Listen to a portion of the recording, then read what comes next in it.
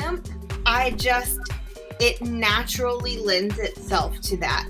And it naturally lends itself to regenerative practices, and I think that if we can start now at the beginning and just be very mindful of how we're tending to the land, what practices we're using, not doing fear-based practices, not feeling like, oh my gosh, I've got to use nitrogen. Hey guys, it's Mandy with Global Hemp Association. I wanted to say thank you so much for joining. I'm excited about the opportunity to build a relationship and connect this supply chain. I mean, after all, that's why we started the association. Our association was built on the foundation of connecting supply chain, building relationships, and helping you grow your business. Anyone from farmers, manufacturers, and distributors, people that are passionate about the supply chain, and those creating products selling into biofuels, plastics, textiles, construction, and building materials. And we're live. And for just 1 second, the sound is quiet above me. So I was just laughing off screen, everyone, that right above me, they must be doing construction and it sounds like it's coming through my ceiling. So if you hear a noise, that's what it is. Megan is sure that you can't hear it very well, but I think I just can't hear over myself or hear my own voice. And so thank you so much, everybody, for joining. I'm really, really glad to have Megan on today. I'm excited to introduce what she's doing and what her team is doing over at Trace Femcare. You're the CMO, a physician, and a co-founder of Trace Femcare. Is that right? Yes. Yeah. Thank you so much. Yeah. Awesome. Well, thank you so much for joining. I'm excited about making this connection. We had a little bit of a mix up with getting invites out and links. So let us know when you chime in and let us know where you're coming in from. We'd love to hear from you. We'd love to say hello. Let us know that you're logged on, and we'll give you a shout out. But before I ramble on too much, Megan, I'd love to hand it over to you and hear a little bit about your background, what got you into this, and where'd you come from? Awesome. Well, thank you, firstly, Mandy, because I just appreciate everything that you're doing, the community that you're building, and how you're moving hemp forward in just a really relational way. And that means a lot. So thank you for letting me be a part of it. And I hope some people hop on and feel very free to be as interactive as you want, because the more questions, the merrier. Yeah, absolutely. And we'll get quite a few questions, right, that come in. I'd also love to invite you to come back, similar to what we've done with Claire before, but I'd love to have you come back where we do a group meeting as well. We bring people on, for those that haven't done it before, who are on and listening and haven't registered for one of our Zoom meetings. You can actually log on and interact face to face and have more relationship and conversation and dive into some of the things that maybe it's a little bit more difficult to get the question across here online. So, Megan, tell me a little bit about your background. Awesome. Yeah, well, I am a medical doctor. I'm trained at the University of Tennessee, and I'm from Tennessee, and I have lived here my whole life, but I've lived all across the state, from the mountains in Appalachia to Memphis. And now I am outside of Nashville in Franklin, Tennessee, and that is where Trace Femcare is founded and where we operate out of. Very short version of the story, have always been a very creative person that likes to think outside of boundaries. I very much adore and revere the human body, and specifically how it interacts with nature and with other humans. And so I went to medical school because I wanted to know everything there was to know about the body. And I thought that's the way to do it. So that's what I did. And I really did enjoy the human interaction part of it. But unfortunately, within the systems, the way that we have the Western medical system set up, this is no one person's fault. This is how it's evolved over a long, long time. It's just put huge constraint on physicians, and mainly with time and what we can talk about, and how to be fairly compensated through insurance companies. So I found myself a few years into practice actually really depressed, really trapped, feeling like I wasn't affecting change in the world the way that I had always dreamed that I would. And so I decided to leave. I turned in my notice 3 weeks before COVID hit. Then COVID came, so I stayed to help at my pediatric clinic, especially through that beginning acute time when things were really uncertain. And then finally I said, guys, if I don't leave now, I'm never going to go. So I left and I explored a lot of different pathways. I'm a Reiki Master, so I do a lot of energy healing. I do sound bowls, lead guided meditations and breath work, because that's something that's just always come really natural to me. And part of what I'm interested in healing is soul and spiritual work and body work, body healing through energy healing. And so I was marketing myself and my own products and got wind of Claire Crunk, who is a neighbor's neighbor, right? She was kind of distantly known to me. And she pitched this hemp tampon to a pitch competition she was in Nashville. And I was 100% hooked. So my 6th grade self that was like an entrepreneur making little hemp necklaces, I used to take my old guitar strings and I would weave the hemp around and do the beads, and I sold these at my school.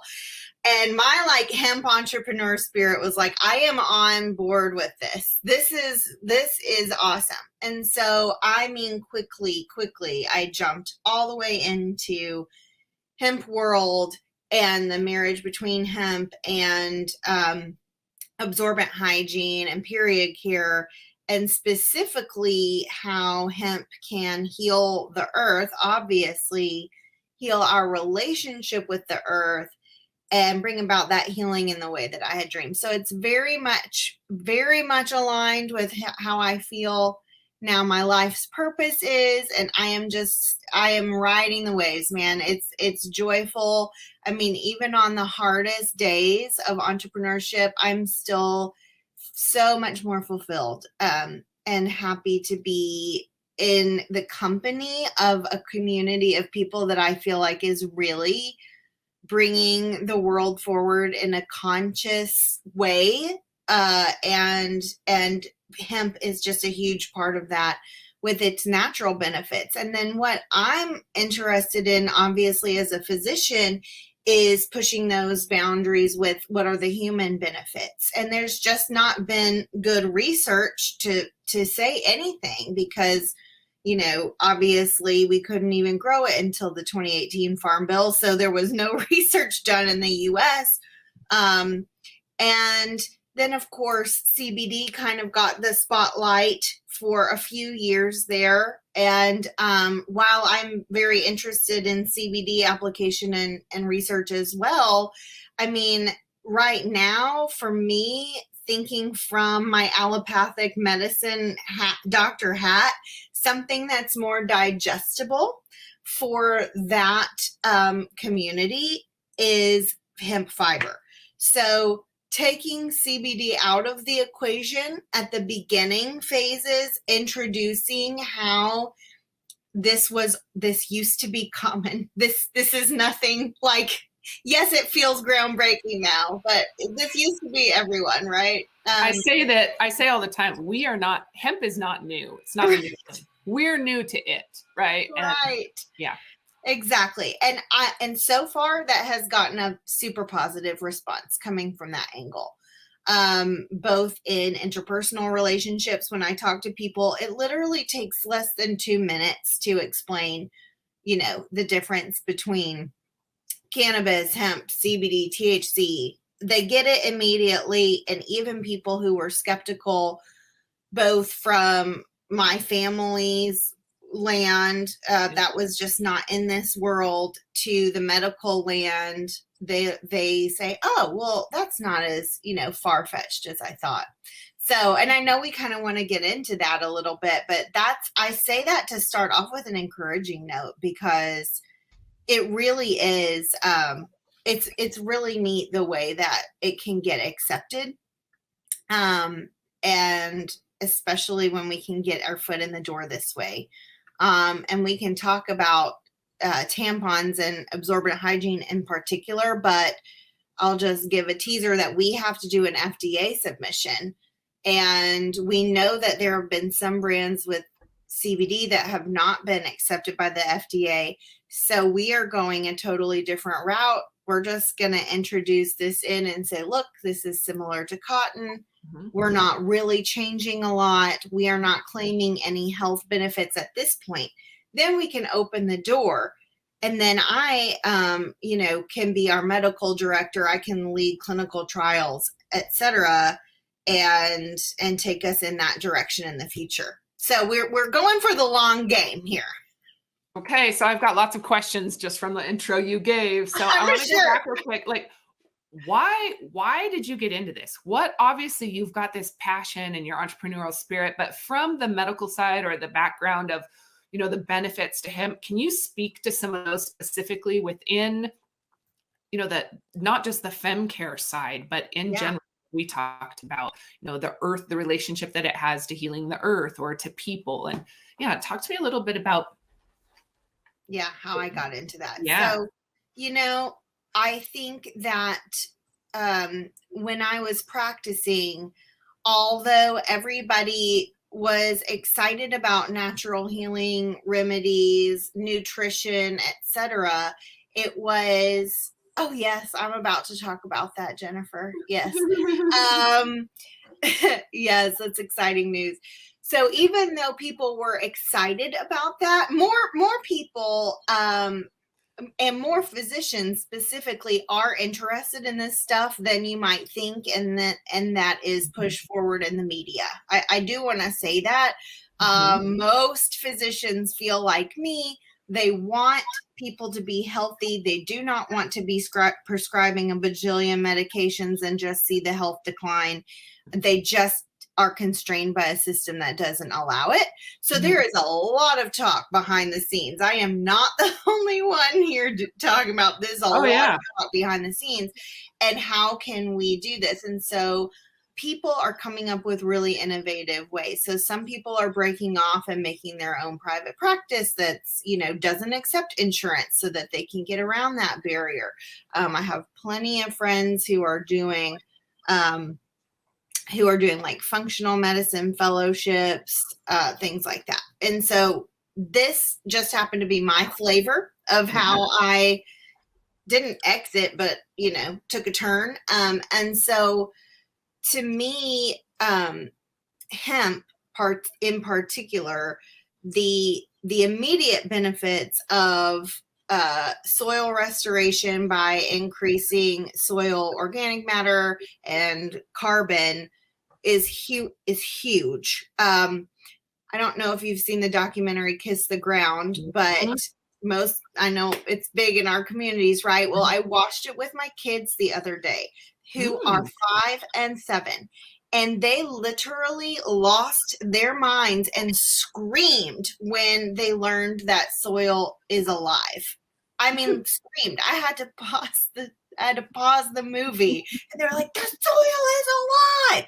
So this is, something that I feel like we have innately in us as children, that we know that we should care for the earth because the earth cares for us. And I mean, obviously we're going to live here. This is our planet that provides for us, and we should be living in reciprocity where we're, tending for her as well as she tends to us. And kids know this. I don't even think it needs to be taught. I think it just needs to be nurtured and remembered, and maybe in some adults who've forgotten, just remembering. And so hemp is such a clear way to restore the soil, to not have to use, pesticides and herbicides because it's so hardy at such a young age, because we live in a region that grows it really easily. Well, I live in Tennessee, so, Tennessee,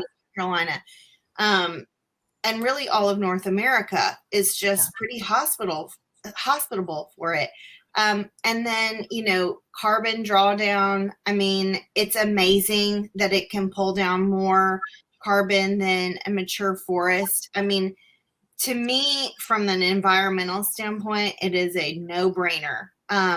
It helps our farmers. We have direct relationships with our farmers, and hemp is one of their easiest crops to grow, especially in drought years like this. You know, Where are most of your farmers that you're working with? so our hemp farmers are North Carolina, and then we are a blend of hemp and cotton. Cotton is its own problem, right? Because even organic cotton requires tons of inputs. It's a weak little sprout. It just will get choked out by other weeds really easily. It's rough. It takes a lot of water. Hi, David. It takes a lot of water, and so our cotton is a whole nother story, but it goes hand in hand with this environmental story because we have joined pre-competitively with a lot of groups, which I can now announce. We've been waiting a year to announce this. So we are with Fiber Shed and White Buffalo Land Trust and Material Evolve and Chico State and Carhartt and Mate the Label, Reformation, Outer Known, Koyuchi. There's too many to even list now, but this is a group of people that have come together to push forward regenerative agriculture in California, in the Central Valley. And we are so proud of that consortium, that membership. As you can see, it's nonprofits, universities, and brands, and farmers, most importantly, that we basically pay membership dues for to help their risk mitigation. And then it was such a huge success for the first crop year, just employing regenerative practices like cover crops, no-till, sheeping down, and it was so successful. They're both doubling their acreage for next year. So, that's on the cotton side. Yeah. Hemp, it naturally lends itself to that. And it naturally lends itself to regenerative practices, and I think that if we can start now at the beginning and just be very mindful of how we're tending to the land, what practices we're using, not doing fear-based practices, not feeling like, oh my gosh, I've got to use nitrogen because my granddad did, and, otherwise it's going to fail, and driving it forward from a brand standpoint and from a materials standpoint to know exactly the specifications we need for these materials so that we can empower the farmers, and then they know which cultivars to grow. These are the ways to do it very mindfully and it is a lot slower. It's not the fast way, but it's laying a groundwork for success for the land. And we've heard our farmers, cotton and hemp, say they know that soil restoration and keeping soil a living thing is the most important. That's the best insurance they can have, for future crops and for their land in the future. So I got into, to circle back around, I got into the healing part for Earth just because it naturally made so much sense from all of those standpoints.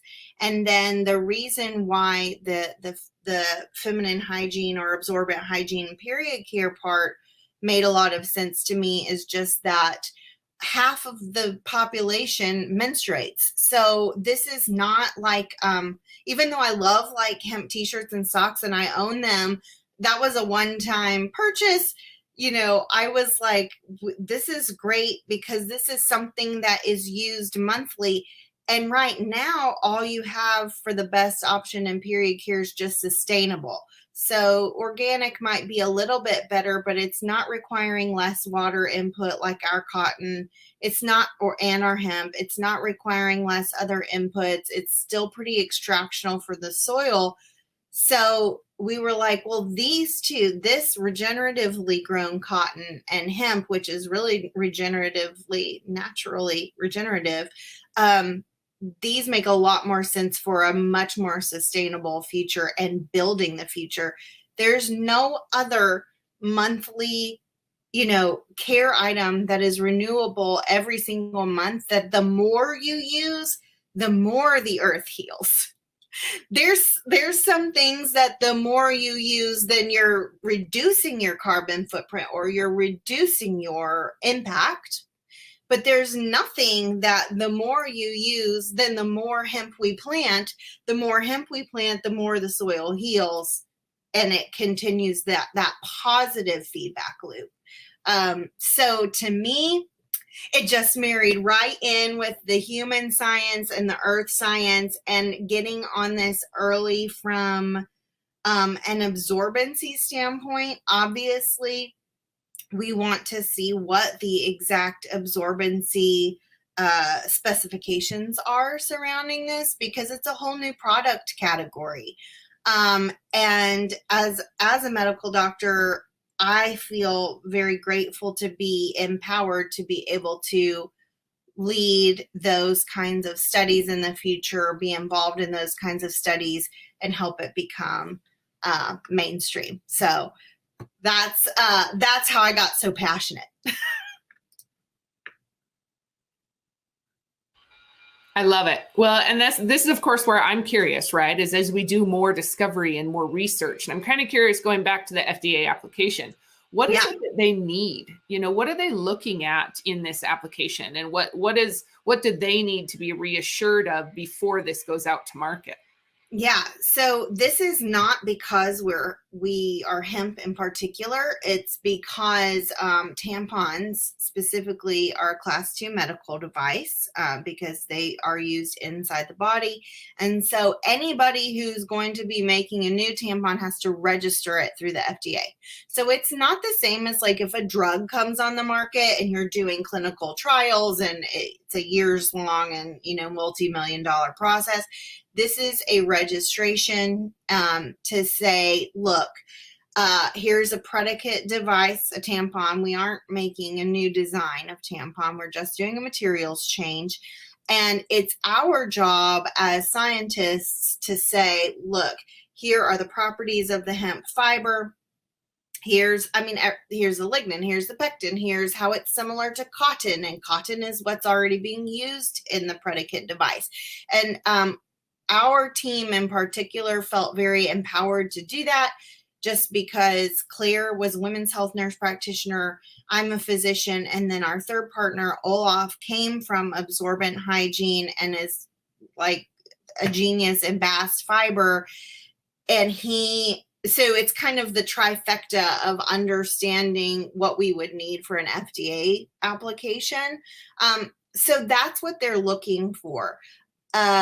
And we don't foresee any problems with that. We are working closely with a couple of other consultants, and one of our consultants has done a lot of filings before and has done some of the other intravaginal things that have been and urethral catheters and things. And she says, she's like, this should be no problem. So our other hope is that, if we can get this one in the door, then that's going to open the doorway not only for us to do more in the future, but for other companies who are exploring absorbent hygiene. And we support other people's endeavors. I can't stress that enough. This is a community effort, and we lift each other up. We do have to protect, obviously, our IP and things, because we are working very hard on this. But we also share what information we feel like we can, with other people, with other companies in the space. We really feel like if we work together, it just makes us all succeed, especially in such a new industry, even more. I feel like we have to, right? And really, I was saying this the other day. I was talking with a group of people that have been in the industry for a minute, and we were talking about this need for transparency and this need to be able to work together and share the knowledge that we do know, because we can't afford another black eye. Not it's not at this point, we are too small for it to be about being better or bigger or first, right? It really is that we cannot afford as a group, as an industry, to have one more processing facility go under, to have one more farmer be burned, right? That's the last thing we need. And so it takes a community, and it takes being able to say, what works for you and what didn't work, and when did you hire out, when did you outsource, when did you, what trucking company may work for this compared to this. There are so many aspects. And that also goes to sitting in a room and a group or an opportunity where somebody is doing the same thing as you, and being able to say, how do we collaborate on and contracts? What specs are we finding work? With that being said, Megan, what would you say some of the challenges are that you guys have faced, especially in the fiber? There's a lot of conversation about the profitability of the fiber industry and being able to find technology, and farmers or SOPs or genetics. And so, I'm kind of curious from you along that supply chain, where have you guys really had the biggest challenge? And also, where have you been able to overcome some of the biggest obstacles? Yeah, that is such a good, that's the question, right? Come on. So the biggest challenge, honestly, has been timeline. So, I think we originally have these ideas of what we think is going to work, and there are so many moving parts. You were just alluding to some of them. From buying seed on to trucking the fiber to processing to manufacturing whatever your end product's going to be. There are so many moving parts, and it is such a learning curve right now that for us, we originally thought we were going to launch this past spring, and now we're pushed back to this coming spring. Now, did that all end up happening exactly as it should? Yes. It ended up being great. But I think from an entrepreneur standpoint in the hemp space, just being prepared that it is going to take time, and that sitting in those rooms with people, everyone's learning. And so some people might give you information they thought was really good, and then it ends up tanking. Or they might give you information that's really good and then it works. And so being very flexible, being very open to change, and then also and transparent. That's exactly what I was going to say. And finding the balance between how are you going to protect your own company and be transparent at the same time. Yeah. There is a balance there. Those are not mutually exclusive. And when I say transparent, I don't mean give away IP. I mean, here's a good example. If we're distributing equipment or genetics and we don't work in certain areas, or we don't know about certain things, say you don't know. Yeah. That is more powerful than promising than over promising and under delivering. Over promising is definitely a hurdle to the timeline, because and there should be no shame. I think that where we see the over promising and under delivering, I do not think anyone has ill intent. Agreed. It is just people are excited. They may not know everything that's going into it. So, just be humble about what you do and what you don't know, and be honest. And like you said, it is not necessarily about giving away your IP, but it can certainly be about, well, we have found that these strains work the best for this. That's not, giving away too much. That's going to help everybody forward. And yes, we can grow that, or no, we can't grow that. Or last year, half of the crop did great, and I don't even know why. Just tell us if you don't know if half the crop failed and the other half did great. I don't know what I did. Yeah, just say that, and we'll say, okay, well then we'll try to do more controlled studies next year. That leads me into that, which is that coming from medical land, right? Controlled studies were like, we would spend hours just dissecting one medical study to see if this is, something legit or not. I would like to see some more of that rigor brought over into the cultivating space so that we can get better information. Because if Okay. we keep tinkering, like, then that we are going to die. If we keep tinkering, it's not going anywhere. You are speaking my language, girl. Everything you just said is exactly why we tried to do the seed trials or did seed trials the way we did. And people say, well, why don't you put it out on fields with big groups with different farmers? And it's like, it just goes back to what you said. The variables are there's so many, and trying to, just like in science, right, mitigate those variables or reduce them so that we can see or measure the difference or what's making an impact. Yes. When we did our fiber trials, and I would love to talk with FiberShed and your group and share or see where we could collaborate and expand on our trials, because we did 10 states, 10 different varieties under controlled situations, and we did them on same protocols with certified crop consultants. So, and again, no discredit to farmers or students or university programs. They all have a place. They're just different. Right. If I ask a farmer, and again, they're also very valuable, right? Scalable trials in the field, once you know your genetics and you're measuring different things, are very valuable also. Yes. But if I'm looking for controlled studies and I put it on a farmer and that farmer's water line breaks or tractor goes down or his money maker disappears, what's he doing? Collecting data or fixing or repairing the things that are necessary? That's exactly it. Yeah, you have to fund it. I mean, that's their livelihood. Our farmers in California for the cotton trials, it's not small farms. This is with, hundreds of employees, and they have to pay them. They have families, they're not. So if it gets down to a day where they're like, if we don't spray something, we're going to lose this whole crop. Well, they're going to spray it.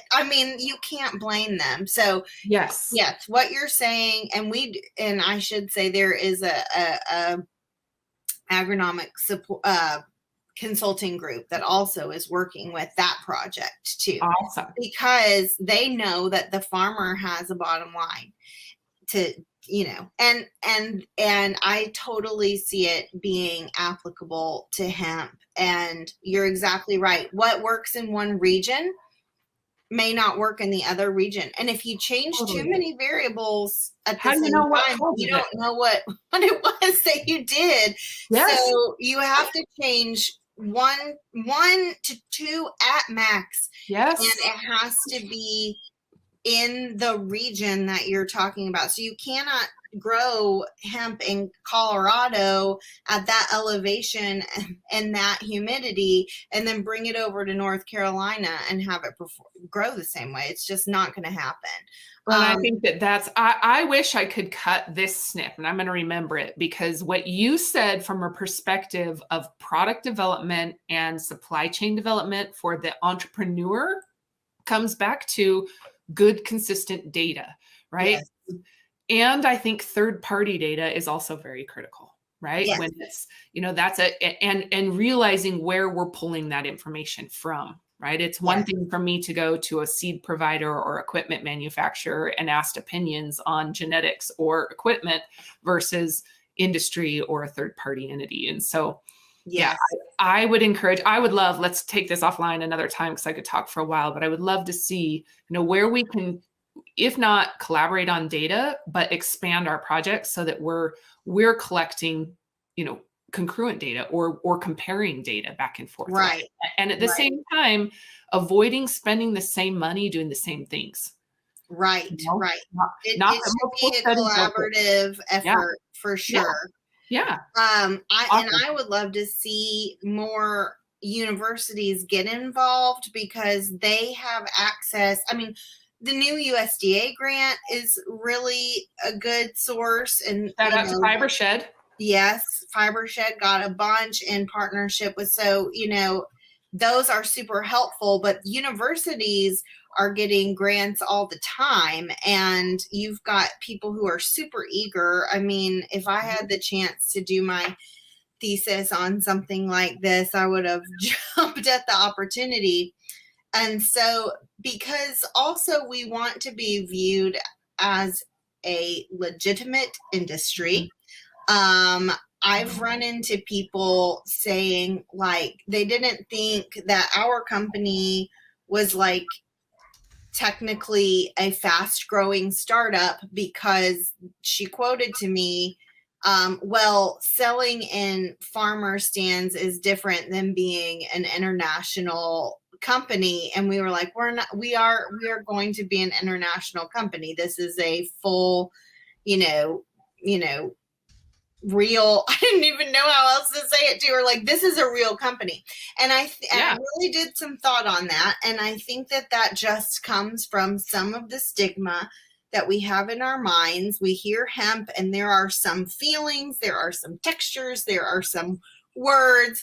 Dirty hippie is what comes to mind, and it seems really niche, and it seems like that's not me, when in fact it's just, think about organic cotton 30 years ago. It's the same thing. People are like, I don't care. I don't care if it's organic, like what, but that's its own huge, product category. And so to be taken seriously, we have to first acknowledge that those stigmas and preconceived notions do exist. It's silly to ignore them and say that they don't exist. It just is what it is, without judgment. And then we can say, okay, well, then how can we break those stigmas so that hemp does move forward with the full potential that it has across so many industries, especially in fiber?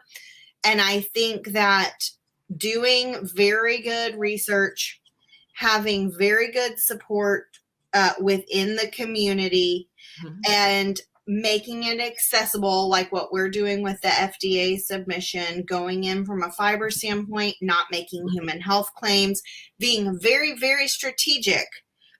It's not because we don't love hemp, and it's not because we don't. It's the stigma.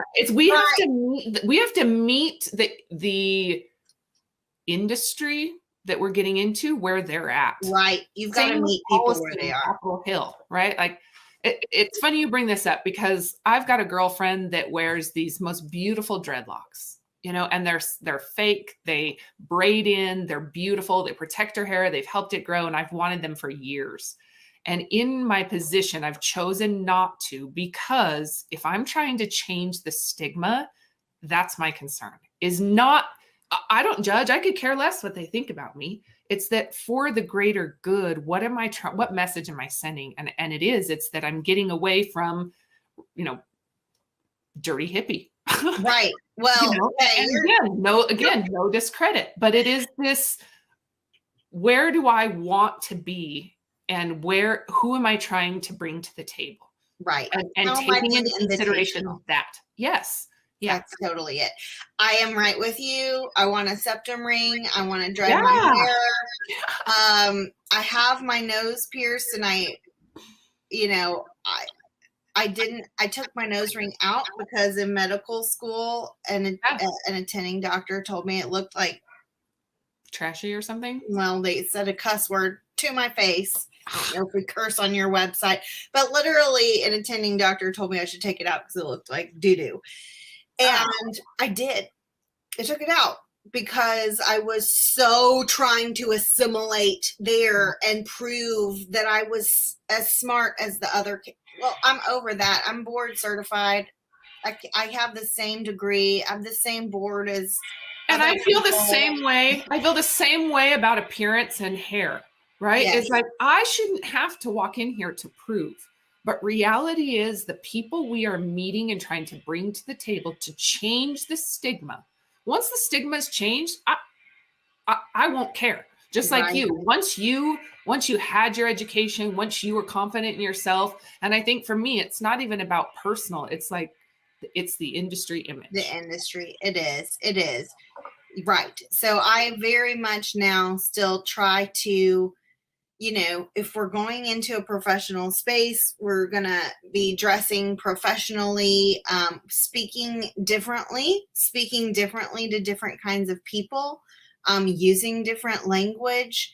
And it's not to fit in, like you said, it's to meet them where they are and to respect them. Because if you bombard people with a whole bunch of change and it's too much for their nervous system to handle, then you've shut it down before you can even get started.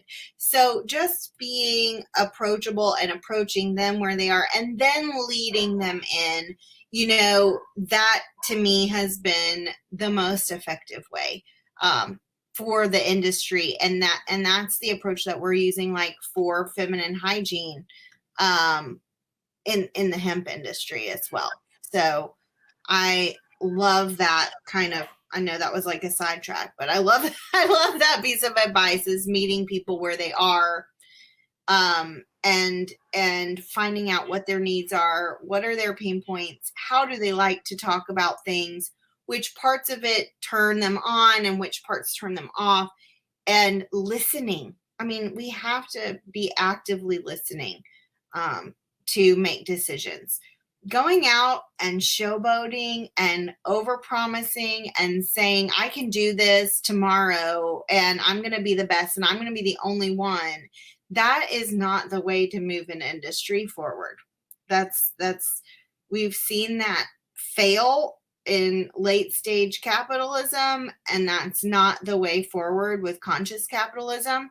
I'm all for capitalism. I'm an entrepreneur. Hello. But there's a difference between conscious capitalism, bringing the community forward together where everyone prospers, and then saying, sayonara, sucker, I'm going to leave you in the dirt. I'm the only one. Right. Well, and I really like that. I like what you just said, this really is, we have an opportunity to make the change, right? And yes. it has to be profitable. Otherwise, none of us are going to be in it. And so right. I want to talk really quick. Can we talk about the size and the scale of the femcare industry? Talk to me about, and then also, what are we looking at as size and scale for your operation? And then one more maybe you can throw in there is, where did genetics and or processing really play a role in your end product? Yeah, those are really great questions. So absorbent hygiene, period care. I mean, absorbent hygiene is even bigger. That would include diapers, pet products, hospital pads, incontinence care, period care. So forget that, all those other parts, just focusing on the period care.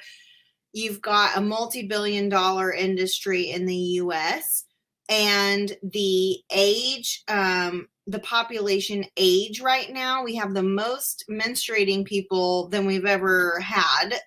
So ages, 13 to 45, 50, 55.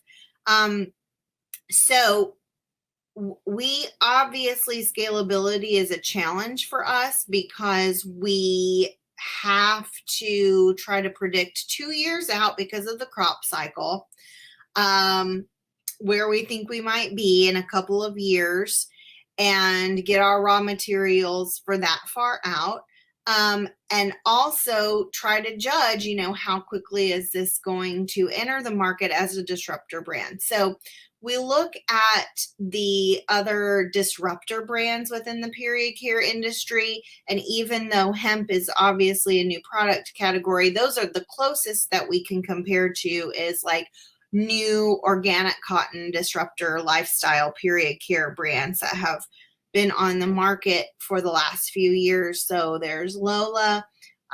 There's one called August that is D2C that came out last summer. There's, what does D2C mean? Direct to consumer. Okay. So like online sales. Yeah. There is a brand called Honey Pot that started as direct to consumer, but you've probably seen them because they're in Target. Once they entered Target and even Walmart, they really blew up.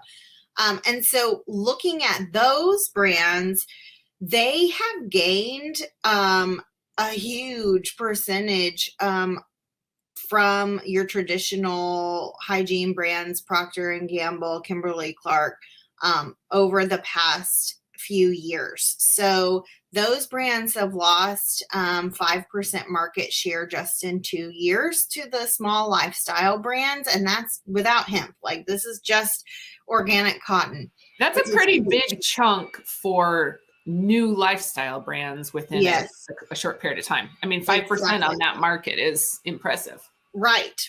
So it is a very fast growing, the lifestyle absorbent hygiene brands, very fast growing market. I mean, some of the newer startups that came are having like 600% year over year growth. So we foresee a very fast growth for us in that market. Obviously, because we're also new, we aren't just the same. And so as kind of the first new materials innovation in tampons in like 30 years, honestly, we're excited to see how much on top of that market share we can capture. And even just with our target market, I mean, our target market is just people who are aware of hemp, live in high organic, areas that buy organic produce and organic beauty and skincare products, etc., and who use tampons. We still would meet our 5-year, projections very easily at our like baseline, what word am I? I lost my word. Projections. At our baseline projections. And so it is definitely an area that's worth paying attention to. Mm-hmm. Online subscription-based model for renewable health products like razors and period care are one of the fastest growing direct-to-consumer markets as well. And it's so, like you said, connecting to the brand, right? My personal care is no longer at Walmart or these third-party disconnected, because the consumers are so much more aware and connected. Exactly. And then it gives us the power. We're going to have, we have full ingredient transparency, and it's easy because we're not even using bleach of any kind, so it's easy for us to do that and meet today's demands of what consumers are expecting and should expect. They should expect that from a healthcare standpoint. If I were prescribing you a medication that was going to go into your body, wouldn't you deserve to have that giant fold out pamphlet that has every warning that could ever, has ever, and will ever happen, right? You may not read that, but you have access to that information. That's the only way to give you full autonomy of what's going into your body. And it is 100% absurd that this whole giant product category until this time didn't even have to disclose what ingredients were in it. Now New York and California have made laws that they have to, and so most companies have on their packaging starting to disclose. But I will tell you, within the industry, they are freaking out about that. At last year's industry conference, it was a hot topic of what words can we use to make people not scared. I'm like, you have dioxin in there, you got to use the word dioxin. Otherwise, you're not giving people autonomy. And so we are very, very passionate about that, and using the real words and using layman's explanational terms. And so that's why it's also important for us to sell on our website, because we want to give all this information and we want to uplift our farmers. We already have our farmers on our website that you can see where your money is going to, who, like literally the face of the person that your money is going to. It's really important that you have that relationship with them. Our values are heal self, which is the ingredient transparency and autonomy. Heal kin, which is the farm forward, farmer first approach. We support minority farmers and really building that relationship. And then heal earth, which we already talked about at the beginning. But I think if we uphold all of those principles and live in reciprocity and know that healing one of those principles in turn heals the next, in turn heals the next, and it goes in the hoop, then that is the foundational principle. And we can't convey that on a tampon box at Walmart. Like, it's just not going to happen. We can convey that with really interactive online presence and building like a grassroots community of people who care. So that's the direction and the approach that we take. I had spoken to Claire about this previously, but you guys are in the perfect location. You know, when you talk about the bachelors and the women that come into Nashville, or bachelorettes, you know, the women that come into Nashville. And so talk about a great way to grassroots market and potentially get product into the market is, Nashville's a great spot for that. We are very on the farm side. So can you speak real quick? We only have a few minutes left, but I'm curious where genetics play a role in your end product compared to the processing, and kind of what are you seeing as far as availability and what's needed in order for the U.S. to be able to provide you with the quality fiber or end product you're looking for? Yeah. Sorry, I know you asked that and I got sidetracked and That's okay. I ask a lot of questions, so it's good. Yes. So genetics definitely matter. You know, we found a couple that work better than others, but there are so many variables. It goes back to that variables question. I do not think you can just say, I'm definitely going to always plant this species, there's just no way you can just say, I'm always going to plant this, always for this use, and across every region. That's and our farmers figure it out, right? As long as we get an idea and there's some security, they're smart to make adjustments where needed.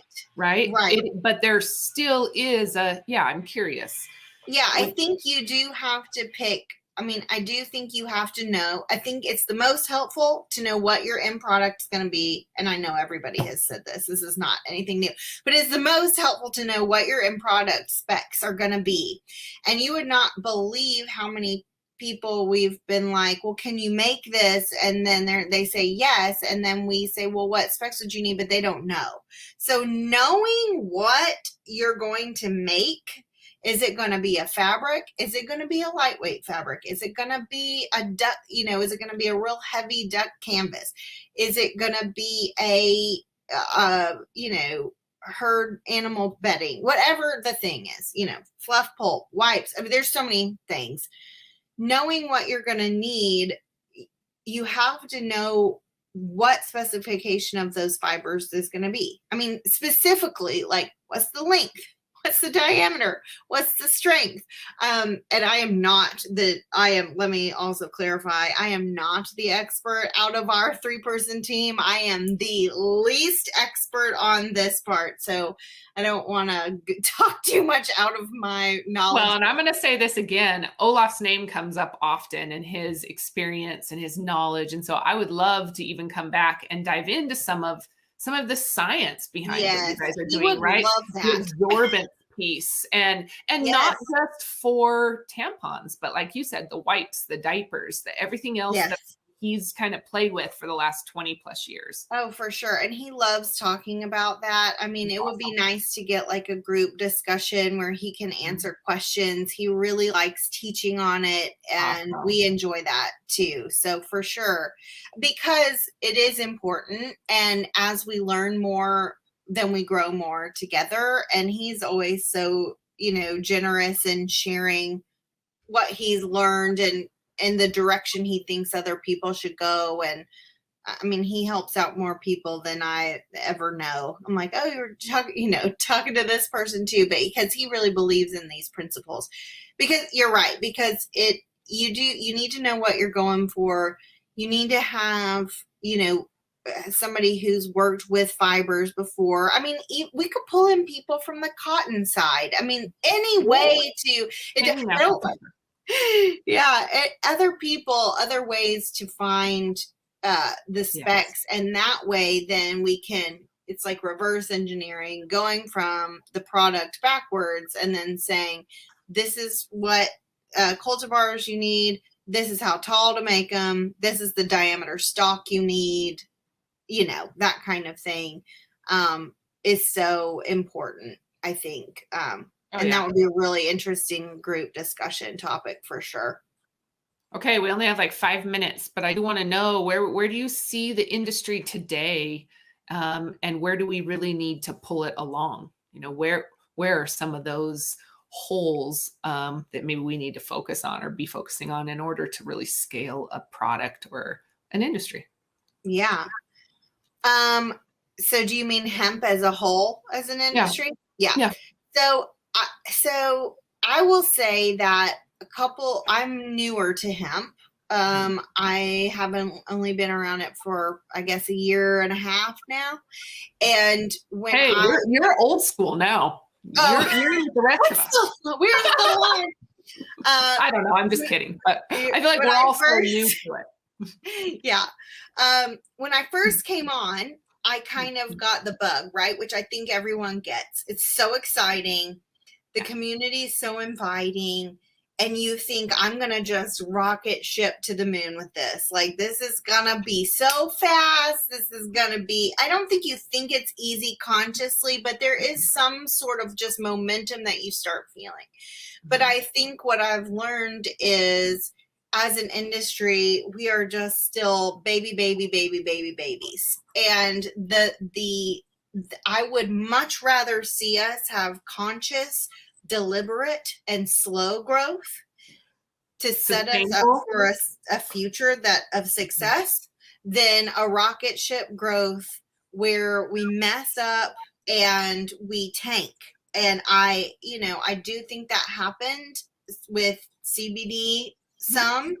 And I think with fiber, we just have this huge opportunity to do it the right way. And in a way that's not been done. I mean, you can think of it as a blessing if you want to find the silver lining to hemp's ban for so long, that we have a clean slate and we can take these localized systems and really apply them if we do it very deliberately and we do it on purpose and we tend to each other and we tend to the land.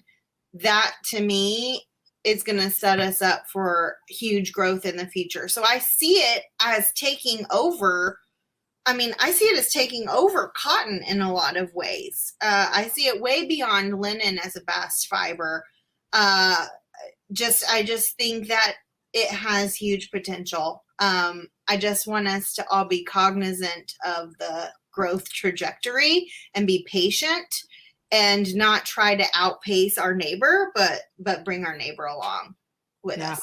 I'm always curious about the fiber market in the United States, right? And where we're going to compete. And so it's refreshing to see and hear products that aren't just, and again, no discredit, the textile market and clothing market is huge opportunity considering this much of it is made in the United States, right? Yeah. And this type of fiber, that you're getting is a clean, it's a high quality, it's probably the higher quality of the hemp plant. And so therefore the processing is also, it'll be exciting to see what happens over the next few years and new processing that comes in. And I'd love to continue to have you on so we can educate not just about the materials, but, keep people up to date on what they're doing, what you're doing and how growth looks and how do we support you?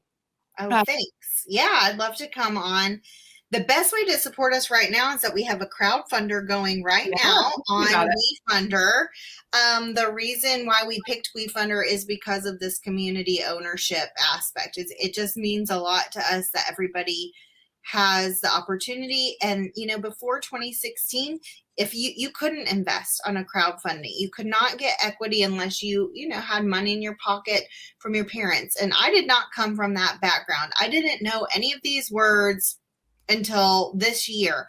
And so empowering people to say, look, you can invest as little as $100 or as much as $50,000, whatever you want.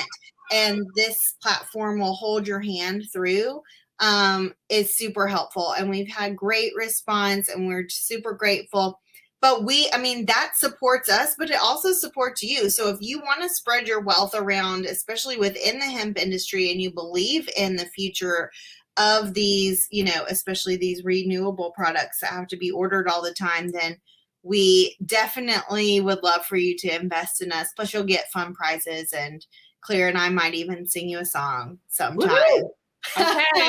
I'm going to hold you to that. Yeah, that's on wefunder.com. And if you search there for tampons, we're the only tampons on there. So we're easy to find. That's awesome. I would love to share that. I have one last question before we log off. Jennifer, thank you so much for joining. And thanks everybody else. There's all kinds of people that logged on today, and a lot of you that were on LinkedIn that we didn't see. So thank you so much, Dave and Ray, Jennifer, Tasha. But Jennifer, do you have, Jennifer asked, sorry, Megan, do you get opposition from other fiber crop producers? And I would say both on the producer side and the other crop manufacturers. Like, are you seeing pushback from either, the farmer or the... I think we're so young, and our relationships with our farmers have been so personal. And because they were based off of Claire's relationships that she had built before with her previous company, we've been a little protected from that. And honestly, because I think people underestimate tampons. I think people don't understand how big of a market this is and what big of a market opportunity this is. And so we haven't had tons of pushback yet. Or maybe people just like us. I don't know. Maybe we're just nice. I don't know. Yeah. But no, luckily, the people we've worked with, it's not been any pushback on purpose at all. We've gotten some pushback on how to work together from the manufacturing side. But we've just stood our ground and stuck with our values and like really, really trusted our internal compass, and it's served us well. So, and I'm going to type the link to the WeFunder. Yeah, please, because I would love to also share it. We'll put it in our newsletter and we can help push it out too, if you'd like. Sure. But I know a number of people in the industry, these crowdfunds have been fun because like you said, multiple people can invest a small amount to a huge amount, but being able to be part of the growth of it is pretty dang exciting. And so I really appreciate it. Anybody else in the industry you want to give a quick shout out to, and then we'll say goodbye. Who's doing it? Well, let me circle back to one comment because I said I was going to say it and then I didn't. The FDA does have a new cannabis expert. I'm very glad he's there, and I'm hopeful for the whole industry as a whole, both from the CBD side so that he can clarify, and from the fiber side so that he can help clarify. Yes, Norman Birnbaum, I think is how I'm saying his name in my head, but I don't know if that's right. He, hopefully he can help them understand, because we can sometimes make assumptions that people understand, all of these things, THC, CBD, terpenes, less than 0.3%, all these things that they may not know. And so I'm very hopeful and glad that he's there. I meant to circle back to that, so I'll say that.